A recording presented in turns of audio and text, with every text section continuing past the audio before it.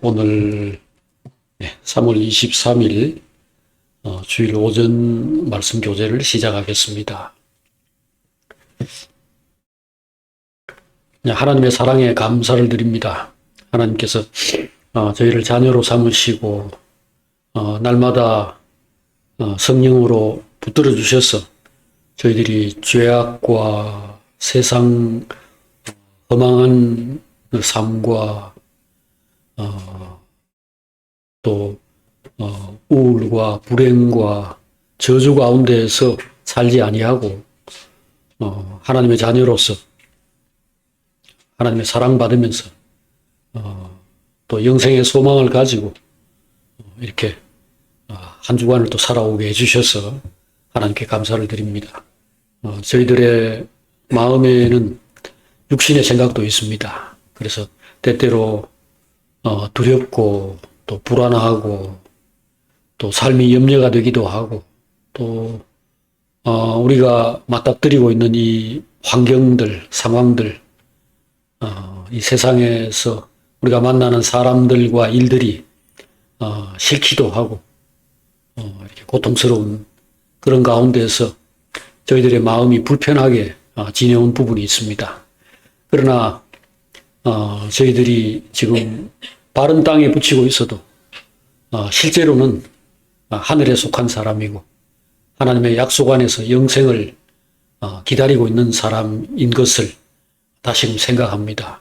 하나님께서 말씀을 통해서 우리의 그 위치, 우리의 존재, 우리의 미래, 우리의 갈 길을 하나님께서 확실하게 일깨워 주시기를 구합니다.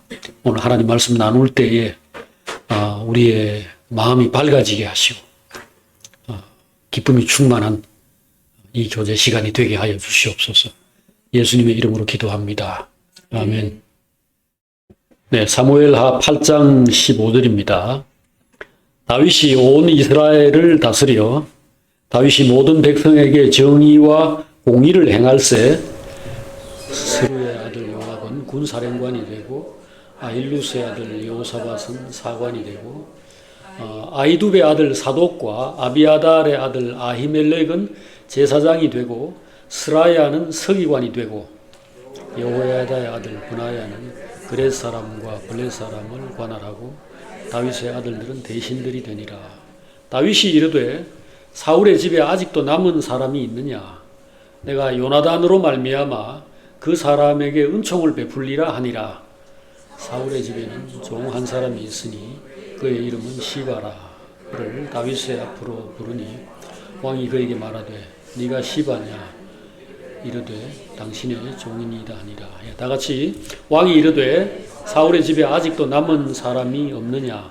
내가 그 사람에게 하나님의 은총을 베풀고자 하노라 하니 시바가 왕께 아뢰되 요나단의 아들 하나가 있는데 다리 저는 자니이다 하니라. 아멘. 네, 오늘은 이 읽은 말씀 안에서 다윗의 통치를 함께 생각해 보도록 하겠습니다. 다윗이 나라를 다스리고 또 주변에 있는 나라들까지 정복해서 다스린 이런 것들을 종합적으로 한번 생각해 보도록 하겠습니다. 자, 먼저 다윗은 이 사무엘하 그 8장과 10장에서 주변의 모든 나라들을 거의 다 점령한 내용을 성경이 이렇게 보여주고 있습니다. 우리 지난주에 생각한 대로 사무엘하 8장 1절에 보면은 블레셋 사람들을 쳐서 항복을 받았고 그 다음에 2절에 모압을 쳐서 두 줄 길이의 사람은 죽이고 한 줄 길이의 사람들은 살렸다. 그래서 모압 사람들이 다윗의 종이 되어서 종을 바쳤다 하는 내용이 이 8장에 소개되어 있습니다. 그리고 밑으로 쭉 보면 소바 왕 하다데셀이 이렇게 다윗을 이제 맞닥뜨려가 싸웠는데 거기서 많은 사람들이 이제 죽고 말들이 이제 노획되었는데 다윗은 그 말들의 발 힘줄을 다 끊었다. 또 다메섹의 아람 사람들이 그 소바 왕을 도우려고 왔는데 역시 다윗이 그 아람 사람들 22,000명 죽이고 또 아람의 수비대를 두어서 다윗의 종이 되게 만들었다. 이런 내용이 지금 여기 5절, 6절 이렇게 쭉 설명이 되어 있습니다. 다윗은 주변 모든 나라들을 결국 다 정복하고 점령을 했습니다. 이것은 몇 가지 이유 때문입니다. 첫째로 하나님 나라가 세상에 섰다라는 것을 주변 모든 사람들에게 고지하는 겁니다. 알려주는 거죠. 이제 세상이 바뀌었다. 하나님이 세상을 다스리시고 하나님의 아들이 세상의 주인이 됐다. 이것을 이제 선포하는 겁니다. 이 나라들은 어떤 나라였는데 왜 정복해야 되고 왜 그런 걸 다 알려줘야 되는가? 그동안 이 주변의 모든 나라들이 하나님을 대적하고 하나님을 분노하게 만든 그런 모습을 보였기 때문이죠. 그렇게 살아왔기 때문이죠. 그러니까 우상 숭배, 그다음에 탐욕, 잔인한 살육과 온갖 종류의 불의와 악행 이런 것들로 항상 하나님을 진노하게 만든 그런 사람들, 그렇게 살아온 사람들이죠. 그러니까 하나님은 결국 기다리고 있었던 것이지 그런 상태를 그냥 묵과하고 있었던 게 아닌 거죠. 하나님은 세상의 주인이시고 또 세상이 자기 뜻대로 돌아가기를 바라시죠. 근데 저희 집에 누군가 이렇게 도둑이나 무슨 불량배가 들어와 가지고 집안을 엉망으로 만들고 자기가 마음대로 그 안에 살면서 집을 어지럽힌다면은 제가 예를 들어서 어디 미국이나 어디 외국에 출장 가 있다. 그러면 내가 당장은 어떻게 하지 못하지만 결국 나중에 어떻게 될 것인가는 뻔하죠. 가서 그들을 다 쫓아내고 처벌하고 당연히 그렇게 하겠죠. 세상은 하나님의 것입니다. 사람도 하나님의 것이고 이 세상에 있는 모든 것들이 다 하나님의 것인데 사람들이 그 속에 마귀의 생각을 받아들여 가지고 일단 제일 큰 것이 육신의 이제 욕망, 정욕이죠. 그러니까 나만 편하게 살겠다. 그리고 쾌락을 내가 원하는 쾌락을 먹고 어떤 성적인 그런 즐거움들 이런 것들을 펼치기 위해서 그 다음에 이제 죄를 짓잖아요. 돈이란 게 저절로 벌리는 것도 아니고 또 결혼 한 번 하면은 싫든 좋든 한 사람하고 쭉 살아야 되는데 그런 것들이 성에 안 차니까 결국은 이런 음행과 우상 숭배, 악행들 이런 것들이 세상에 이제 만연하게 됩니다. 이걸 하나님께서 괴로워하고 싫어하시는 가운데서 때가 이르러서 드디어 회복을 시작하는 거죠. 그러니까 하나님이 자기 아들이 나타날 때까지 기다리는 겁니다. 이 다윗 같은 사람도 사실은 모세 때에 애굽에서 나와가지고 가나안에 이제 들어가고 난 다음에 이거 거의 한 400년 이렇게 지나가지고 나타난 사람이거든요. 그 앞에도 과정을 보시면 알지만 이스라엘의 왕을 일단 먼저 한번 세웠지 않습니까? 사울이라는 왕을 세웠는데 역시 자기 그 욕망이나 혈기나 그런 두려움 이런 거를 감당하지 못하고 주체하지 못해가지고 막 자기의 어떤 면에서 보면 가장 충성된 부하이고 사위이고 하나님께서 기름 부으신 사람이라는 것을 아는 그 다윗을 죽이려고 평생을 쫓아다니는 이런 어리석은 행동을 하다가 하나님 나라도 말할 수 없는 어려움을 겪고 본인 자신도 그 이스라엘을 계속 괴롭혀왔던 블레셋 군대의 칼에 결국 죽고 말았죠. 그러니까 한 사람을 얻는 게 참 쉬운 일이 아닌 거죠. 그래서 오랜 세월에 걸쳐서 하나님 말씀을 주시고 율법을 주시고 그걸 경험해보고 시행착오를 겪고 하는 가운데서 어떤 사람이 결국 인간은 하나님께 복종하는 수밖에 없구나. 복의 근원은 하나님이다. 하나님이 나의 목자이고 내 인생을 끌고 갈 때 내가 양인 것을 깨닫고 조용히 따라가는 것이 최고다.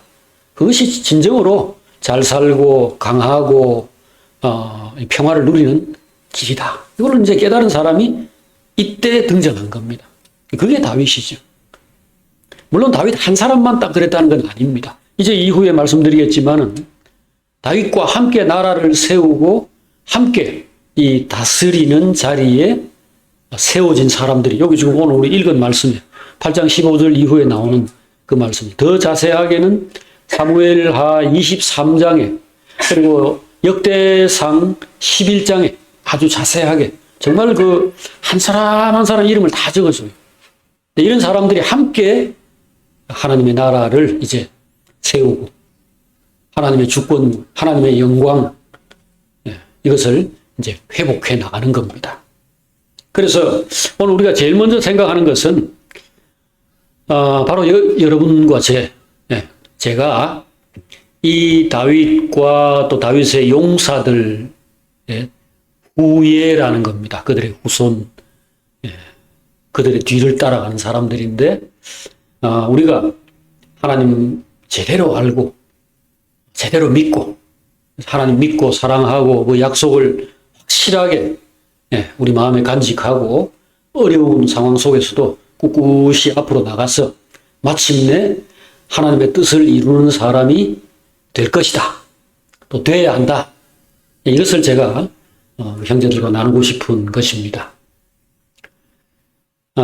다윗은 모압과 암몬, 에돔, 블레셋, 아람, 소바 이 주변의 나라들과 싸워서 모두 점령하고 그리고 그 많은 사람들을 또 죽였습니다. 이것은 어떤 학살이나 살육이 아니고 심판이죠.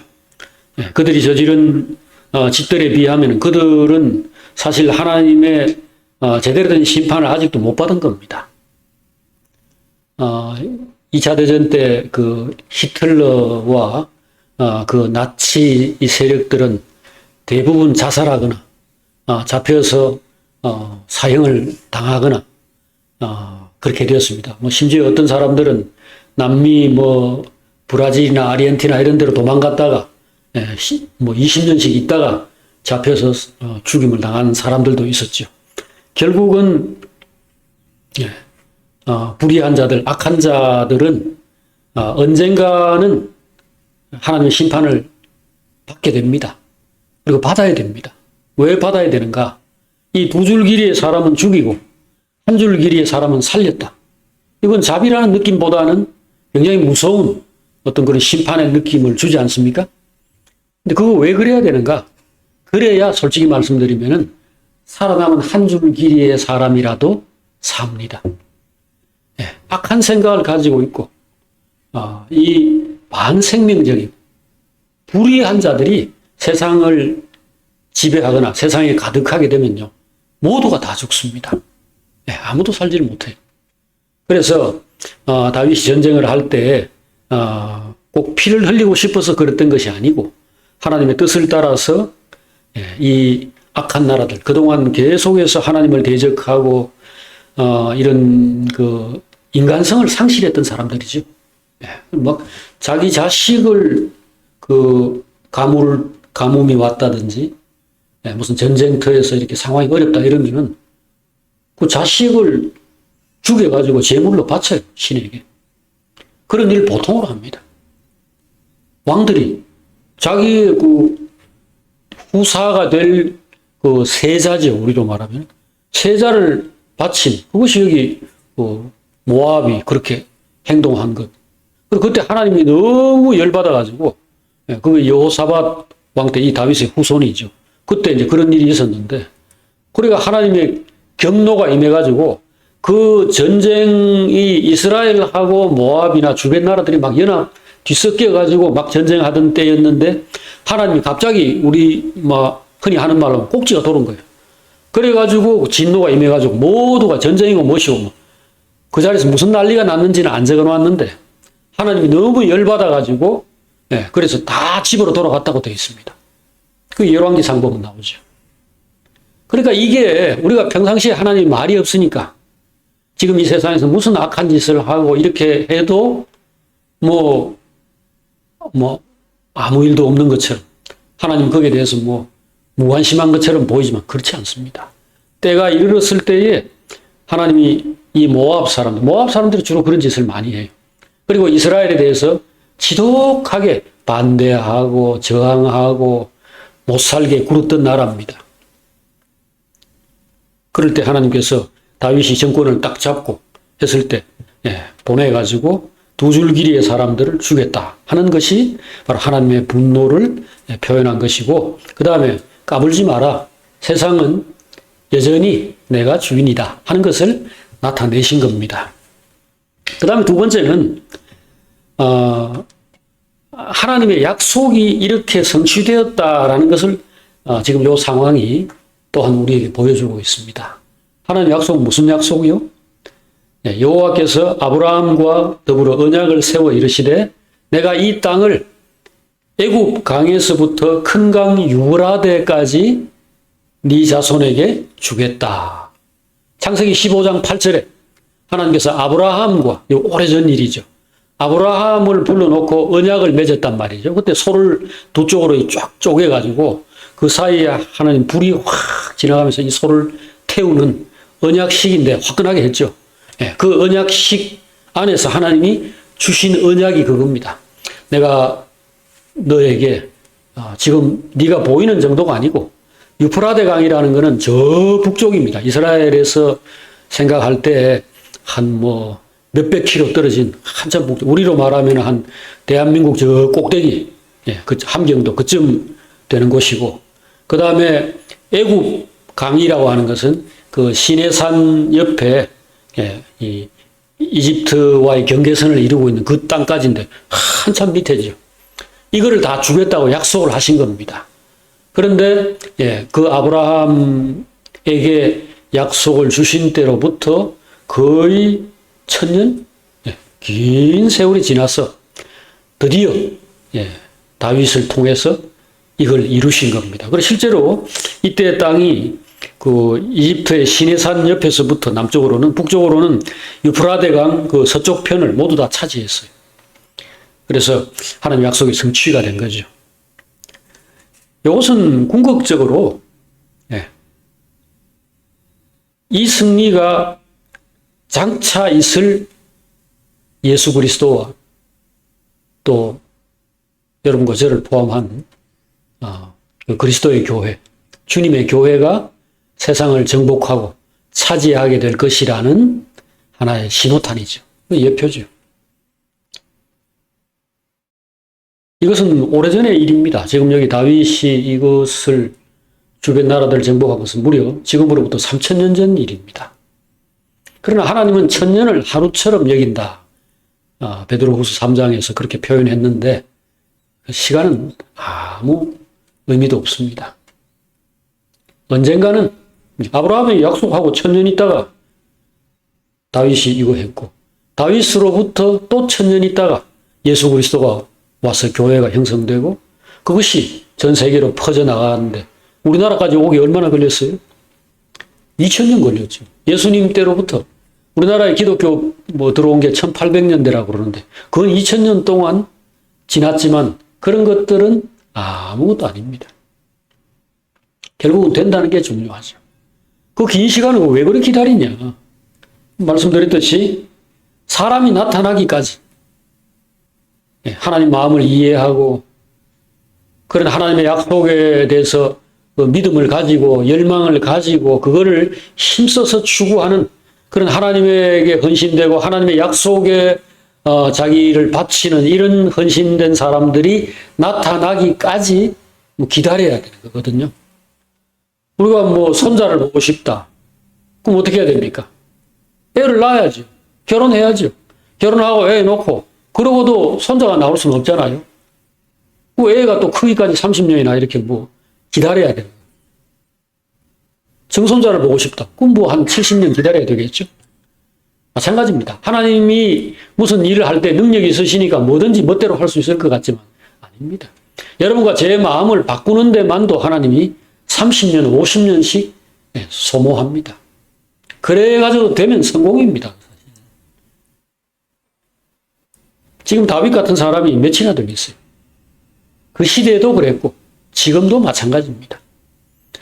지금 뭐 이렇게 예수 하면서 뭐 옛날에 예수님 들어올 때 그 종려나무 가지 들고서 막 이렇게 예수님 환영했던 사람들이 나중에 그 똑같은 그 손을 흔들면서 예수를 십자가에 못 박아 죽여라 이거 하던 사람이었는데 지금도 뭐 태극기 흔들고 성조기 흔들고 뭐 예수님 말하고 그러면서 실제로는 하나님의 마음도 모르고 그의 사랑과 그의 정의 이런 것에 대해서 1도 관심도 없는 사람들이 대부분입니다. 그러니 사람 하나 얻기가 쉽지 않아요. 여러분과 제가 지금 여기 우리 뭐 숫자도 적지만 그래도 우리가 이 교회를 다니고 하나님 말씀으로 우리 마음을 이렇게 일깨우고 또 경험 속에서 믿음들을 키워나가고 한 것이 벌써 상당히 시간이 많이 지났는데도 아직도 우리 생활 속에서 흔들흔들거리고 하는 이런 걸 보면은 이 참 하나님의 아들이 등장하는 이 일이 참 보통 일이 아니구나 이것을 우리 확실하게 느끼게 됩니다. 어쨌든 그러나 중요한 것은 됐다는 겁니다. 하나님의 약속은 아브라함 때 했던 그 약속은 긴 우여곡절 종살이만 400년 했잖아요. 애굽에 들어가 노예 생활 400년을 거쳤다는 거 한번 생각해 보세요. 그리고 그 나올 때 광야에서 40년간 그 일주일이나 한 달이면 통과해가 가나안 땅으로 들어갈 수 있는 그 길을 40년이나 뱅뱅뱅뱅 돌다가 거기서 다 죽었다는 거 한번 생각해 보세요.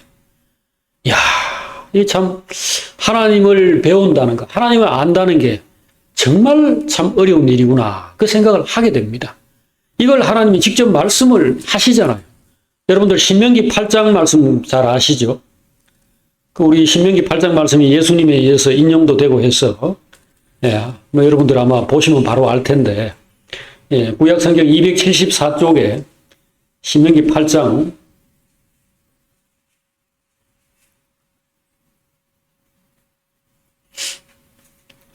그 1절부터 6절의 말씀을 보면은 이런 말씀이 있습니다. 자, 우리 한번 읽어보겠습니다.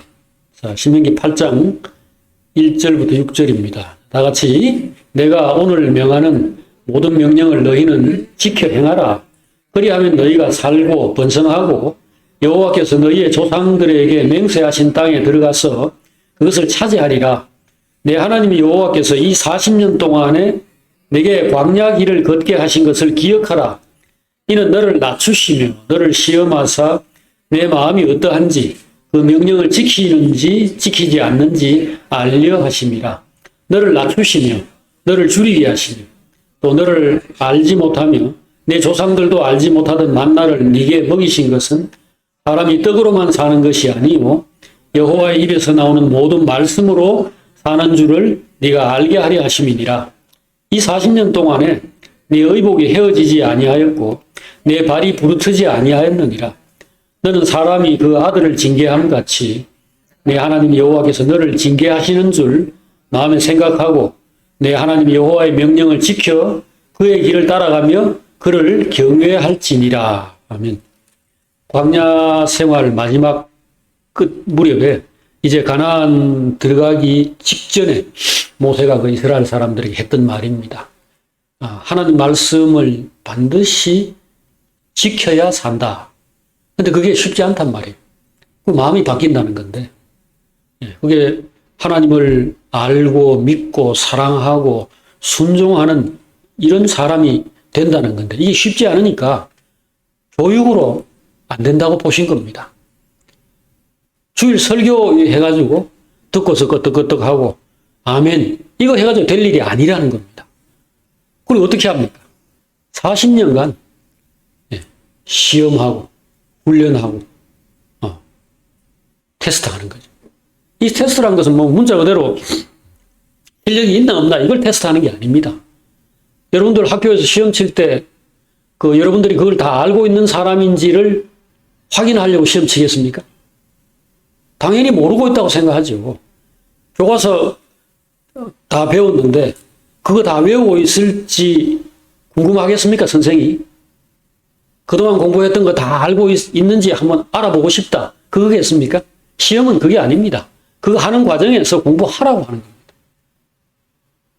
우리 마음이 악하고 어리석고 무디고 하나님의 말씀에 순종하고 싶어 하지 않는 거, 그냥 육신 욕망대로 살고 싶어 하는 걸 하나님이 왜 모르겠습니까? 그러니 훈련시키는 겁니다.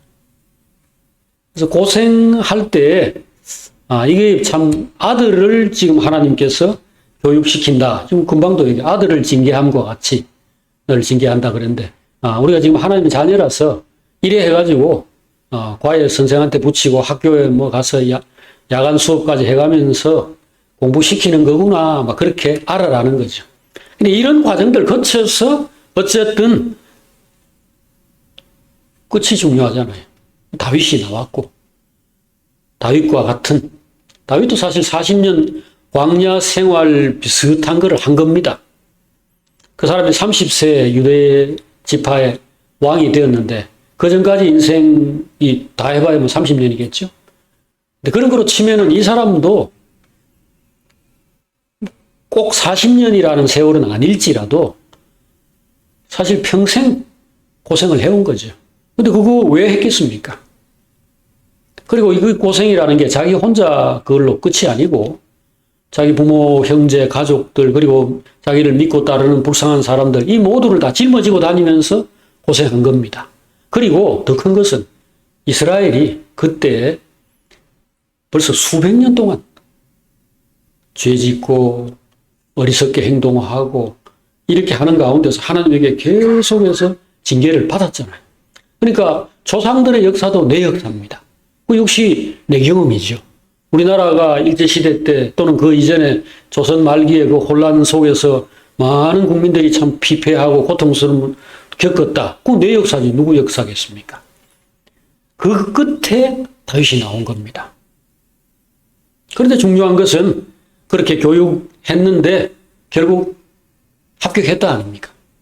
결국 성공했다는 거죠, 이게. 그 주변 나라들 아브라함에게 약속하신 대로 다 점령하고 그리고 결정적으로 지금 오늘 읽었던 첫 구절 바로 다윗에게 어떤 일이 있습니까? 다윗이 온 이스라엘을 다스려 모든 백성에게 정의와 공의를 행했다. 이게 된 거죠. 자, 정의와 공의를 했다는 게 뭡니까? 그 백성들을 다스릴 때에 정의롭게 다스렸다. 그리고 나라가 정의로운 나라, 의로운 나라가 되도록 관리했다는 뜻 아닙니까? 그러니까 이것은 뭐 간단히 말하면은 힘을 가진 자들이 약자들을 누르는 것을 용납하지 않았다는 뜻입니다. 정의로 다스렸다는 것의 가장 기본 개념이 그겁니다. 이 세상에는 언제나 하나님의 햇빛과 비를 내려주시는 한 사람들이 먹고 살만한 물질이든지 환경들은 있습니다. 그런 것이 없어서 대부분의 사람들이 고통을 겪고 있었던 적은 거의 없습니다. 하나님 특별히 어떤 징계를 내려가지고 무슨 긴 가뭄, 3년 가뭄 같은 것도 있었잖아요, 이스라엘에서. 그런 경우가 아니라면은 이건 결국은 사람들이 저지른 악 때문에 대부분의 사람들이 고통을 겪는 겁니다. 우크라이나는 곡창지대죠. 세계 밀의 40%가 생산된다고 하는 대단한 나라입니다. 그런데 지금 국민들 가운데 상당수가 굶주리고 있잖아요. 왜? 전쟁 때문에. 그러니까 다 인간의 악 때문이죠.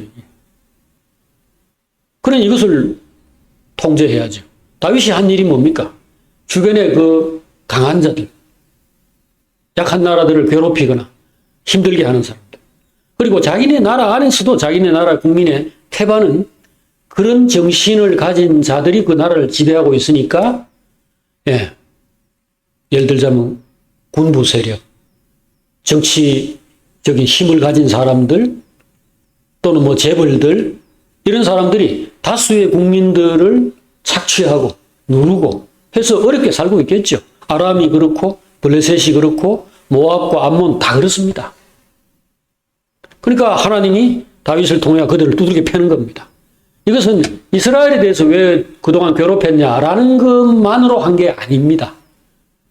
이거는 그들 자체가 사람이 살 수 없는 세상이 돼가고 있다는 것에 또 하나의 하나님의 그 조치죠. 지난번에 제가 소돔 이야기했죠. 아브라함을 떡 세워가지고 하나님 나라라는 걸 이제 만들려고 시작을 했지 않습니까? 그런데 아브라함은 혼자 자기 집에 기르는 뭐 종이 300명 있었다니 그것도 대단하긴 합니다만은 그 자식이나 가족들과 또는 그의 생각에 동조하고 우리도 같이 하나님 나라 만들어 갑시다 하는 사람들이 몇이나 됐겠습니까? 그런데 주위에는 아브라함을 뺑 둘러싸고 있는 모든 나라들이 그것을 비웃고 무슨 그딴 허튼 짓을 하는가. 그러니까 돈과 권력과 이런 술수 이런 걸 가지고 세상을 어지럽히는 사람들이 뺑 둘러싸 있는 것 아닙니까? 그럴 때 하나님께서 창세기 18장에 보면은 아브라함을 찾아와가지고 내가 너를 의와 공도라는 것은 바른 길을 말하죠. 그러니까 그냥 뭐 의입니다.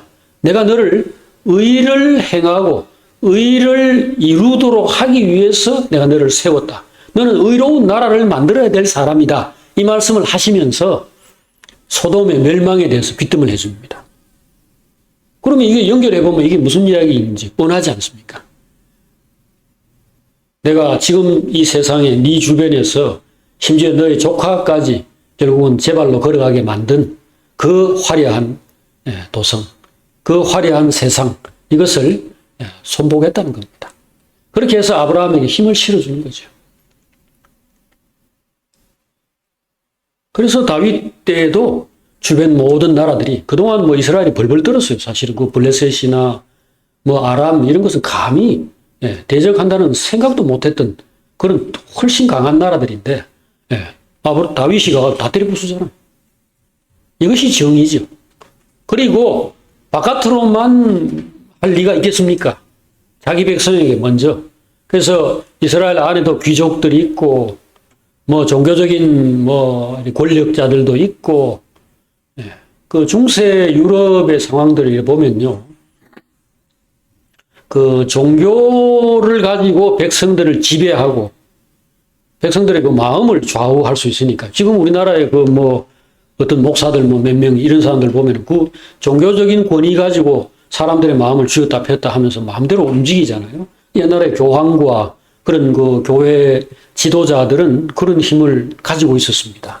이런 사람들이 아모스서라든지 이 구약의 선지자들이 책망한 내용을 들어보면은 그러니까 이스라엘 안에도 많습니다.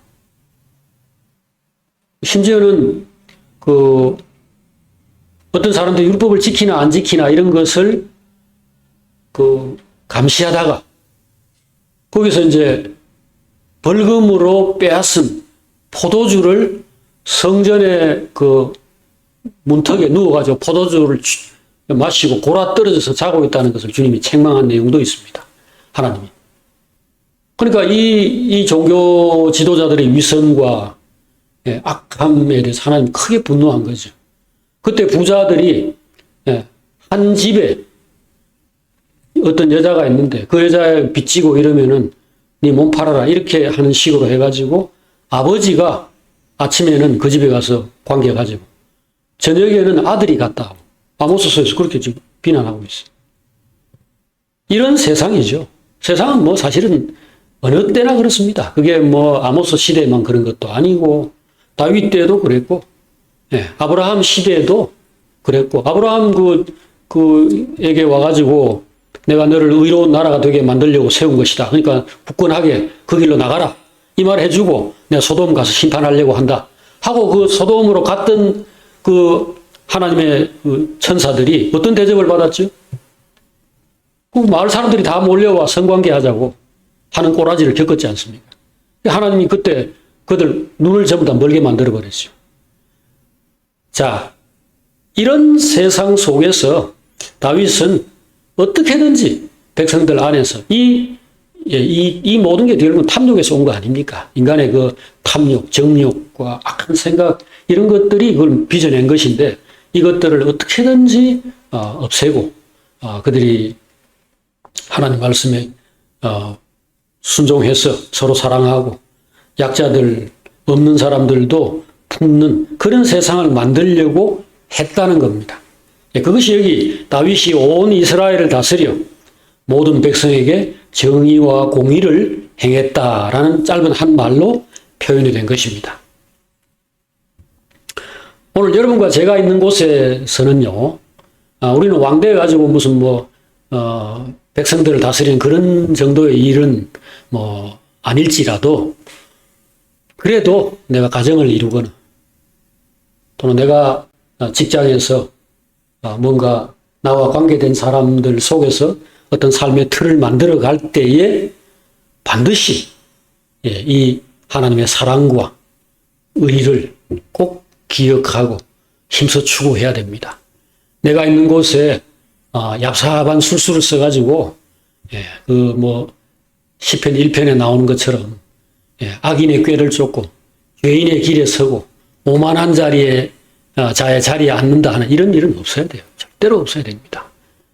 그럼 자기를 죽이고 자신이 늘 다른 사람을 경계하고 경쟁하고 시기질투하고 이렇게 하는 사람은 날마다 저쪽 한번 찌르고 그 칼로 자기를 한번 찌르는 겁니다. 계속 죽어가죠, 결국은. 피폐해지고 나중에는 악만 남고 아무도 행복하지 않은 그런 가정, 그런 직장, 그런 사회를 만들게 됩니다. 다윗은 자기 내부에서 싸우는 이 싸움이 제일 어려웠던 것 같아요. 그래서 나중에 보면 부인이 여러 명이 있고 그 부인들에게서 태어난 자녀들이 엄마가 다 다르잖아요. 그러니까 막 살인을 저지르고 간음을 저지르고 난리를 치고 그런 가운데서 다윗이 막 가슴이 너무너무 아파가지고 뒤에 나오지만은 암논이라는 그 자기 맏아들이 자기 딸 다말을 겁탈을 해요. 배다른 오빠가 배다른 여동생을 겁탈을 하죠. 그리고는 내다 버려버립니다. 그러니까 그거를 가슴에 이렇게 품고 있던 그 다말의 오빠 압살롬이 결국 어느 때 죽여버리잖아요. 암논을. 근데 다윗이 그 압살롬을 징계를 못합니다. 처벌을 못해요. 왜냐하면 그것이 자기의 죄와 이렇게 연결돼요. 오버랩이. 그리고 이 모든 게, 이 씨 뿌린 내 잘못이죠. 그러니까 가정이 벌써 이 부인을 여러 명 뒀다. 이거 탐욕 아닙니까? 결국 이것이 인간의 정욕과 탐욕, 욕심인데 이것이 욕심은 잉태하여 죄를 낳고 죄는 결국은 사망을 낳는구나. 눈앞에서 경험하는 거죠. 그러니까 아무 말도 못하고 고통을 겪었던 겁니다. 이거를 여러분과 저도 지금 적용받고 있고 현재 우리의 삶에서 큰 과제로 앞에 놓고 있습니다. 여러분들 내가 뭐하고 사노? 교회 나오면 뭐하노? 세부상교회는 뭐 해주노? 아무것도 없지요. 우리가 할 건 뭐 있습니까? 잘 사는 거. 열심히 살아야죠. 지금 일이 없습니까? 여러분들 오늘 점심때 뭘 먹을까? 그것이 궁금합니까? 지금 우리 앞에는 이 산적한 일이죠. 내 인생을 내가 왜 죽이겠습니까? 내가 왜 나를 괴롭히고, 또 내가 사랑하는 사람들, 이 가족들이 다 파괴되고 망가지도록 그렇게 내버려 둘 수 있습니까? 그러니까 정신 차려서 하나님을 알고 생명의 길을 알고 삶이 어디서 오는가? 기쁨과 행복과 평화와 자유가 어디서 오는가? 하나님을 깊이 주목하고 그 길을 정말 참 죽기까지 충성하면서 따라갔던 예수 그리스도 하나님의 그걸 생각하면서 말씀을 생각하면서 어떻게 하든지 자기를 쳐서 복종시키고 바른 길로 걸어가려고 했던 이 사람들을 우리가 깊이 생각하고 따라가야죠. 지금 다윗은 그런 면에서 어쨌든 지금 굉장한 그를 하고 있는 겁니다. 비록 인간이니까 허술한 부분이 있고 실패한 부분이 있고 빠뜨린 부분이 있었다라는 거지 다윗은 지금까지 살아온 것이나 앞으로 살아가는 면에서도 정말 진실하고 하나님 앞에서 그 양심의 어떤 이런 것들을 진지하게 받아들이면서 충실하게 잘 살아갔죠. 그리고 이제 여기 다윗이 한 나머지 두 가지 일이 또 있는데, 하나는 유능한 사람들, 그동안 자기에게 충성하고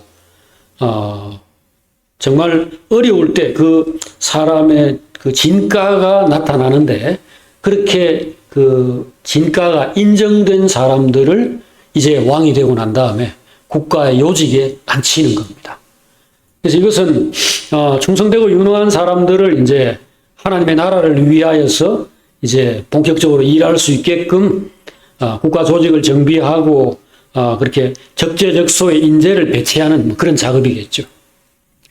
네, 거기에 이제 첫 번째로 언급된 사람이 여기 지금 16절에, 15, 우리 읽었던 8장 16절에 스루야의 아들 요압입니다. 요압은 스루야는 다윗의 누나예요. 다윗의 큰 누나인데, 그러니까 조카죠. 나이는 아마 비슷했을 겁니다. 근데 이 요압을 군 사령관에 앉혔고, 그 다음에 이제 주목할 사람이 여기 아히두베의 아들 사독과 아비아달의 아들 아히멜렉 이렇게 나왔는데, 여기 이제 이 아비아달의 아들 아히멜렉이라는 거는 이름이 좀 거꾸로 된 것 같아요. 그게 원래 아히멜렉이 다윗 때의 제사장이었고 다윗을 도와줬다가 죽임을 당한 그 제사장인데, 그의 아들이 아비아달이거든요. 그러니까 요 이름을 잘못 적었거나 아니면은 아비아달에게 아주 어린 아들이 자기 할아버지 이름을 가진 아들이 뭐 하나 있었거나, 그래서 그 사람도 나중에 그 제사장으로 계속 이어갔을 거니까 그런 이름을 썼을지 모르겠는데, 어쨌든 간에 여기 이제 아비아달 같은 경우는 다윗이 어려울 때에 그 아버지가 도와주다가 죽임을 당했고, 그때 제사장 80명이 함께 죽임을 당한 이 상황에서 간신히 살아남아가지고 한 사람 딱 살아남은 그 아들이 여기 아비아달입니다. 그러니까 다윗이 도망 다닐 때 이제 함께 다녔고, 충성스럽게 이제 하나님과 다윗 사이에 아마 중간 역할 같은 그런 걸 했겠지요. 그러니까 이 사람을 이스라엘의 제사장으로 앉혔다, 이런 것이 나옵니다. 그리고 여기 18절에 8장 마지막 절에 여호야다의 아들 브나야는 그렛 사람과 블렛 사람을 관할하는 사람이 되게 했다, 이렇게 이제 되어 있습니다.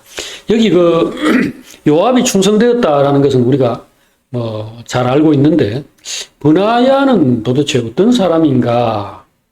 자, 이것을 성경에서 우리가 조금 살펴볼 수가 있습니다. 이 브나야는 다윗에게 용맹한 그 군사 3인이 있었는데, 그 3인도 두 종류였어요. 첫 3인, 둘째 3인, 이렇게 성경이 소개를 하고 있는데요. 그 둘째 3인 가운데 한 사람입니다. 이 사람이 어떤 일을 했는가? 자, 여기에 역대하 11장 15절 말씀을 한번 찾아보십시다. 역대하. 자, 역대하는 어디 있느냐 하면은, 역대상 뒤에 있는데, 역대상입니다. 하가 아니고, 역대상 11장 627페이지인가요? 627페이지. 구약성경 627페이지에 있는데, 자, 여기에 15절부터 그 19절까지 말씀에 이 사람이 한 일이 소개가 되어 있습니다. 이거 한번 잠깐 읽어보죠. 자, 역대하 11장 15절, 역대상 11장 15절입니다. 삼시 우두머리 중에 세 사람이 바위로 내려가서 아둘람 굴 다윗에게 이를 때에 블레셋 군대가 르바임 골짜기에 진쳤더라. 그때 다윗은 산성에 있고 블레셋 사람들의 진영은 베들레헴에 있는지라. 다윗이 갈망하여 이르되 베들레헴 성문 곁 우물물을 누가 내게 마시게 할꼬 하며, 이 세 사람이 블레셋 사람들의 군대를 돌파하고 지나가서 베들레헴 성문 곁 우물물을 길어가지고 다윗에게 왔으나 다윗이 마시기를 기뻐하지 아니하고 그 물을 여호와께 부어드리고 이르되, 내 하나님이여, 내가 결단코 이런 일을 하지 아니하리이다.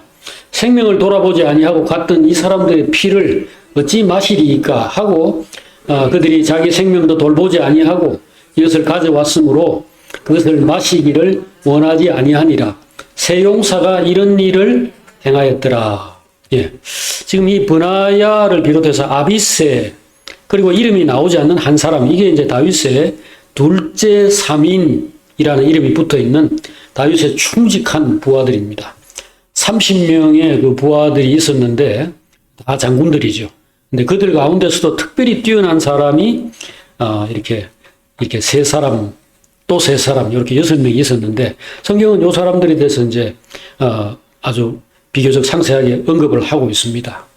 그리고 이제 그 역대상 11장 22절 이후에 자 여기 보면은 브나야가 했던 일을 딱 찍어가지고 이제 브나야가 했던 일을 여기 설명하는데요.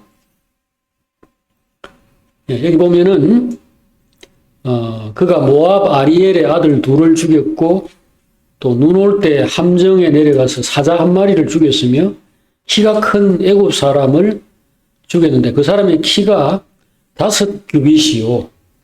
예, 그러니까 2m 30cm입니다. 이게 5규빗이면. 그 창이 배틀채 같으나 막대기를 가지고 와서 애굽 사람 손에서 창을 빼앗아 그 창으로 죽였더라. 이건 꼭 옛날에 그 다윗이 골리앗을 죽였을 때 그 모습하고 아주 비슷하죠. 이런 대단한 사람이다라는 게 나왔는데 앞에 그 먼저 읽었던 부분이 더 감동적이죠. 다윗이 목이 말라가지고 물 좀 길어주면 좋겠다 했는데 적들이 우글우글거리는 저기 수백 명이 있는데 그 용감한 이 세 명이 그냥 딱 세 사람이 가가지고 그 적들 다 죽이고 거기서 물을 길어왔다는 겁니다.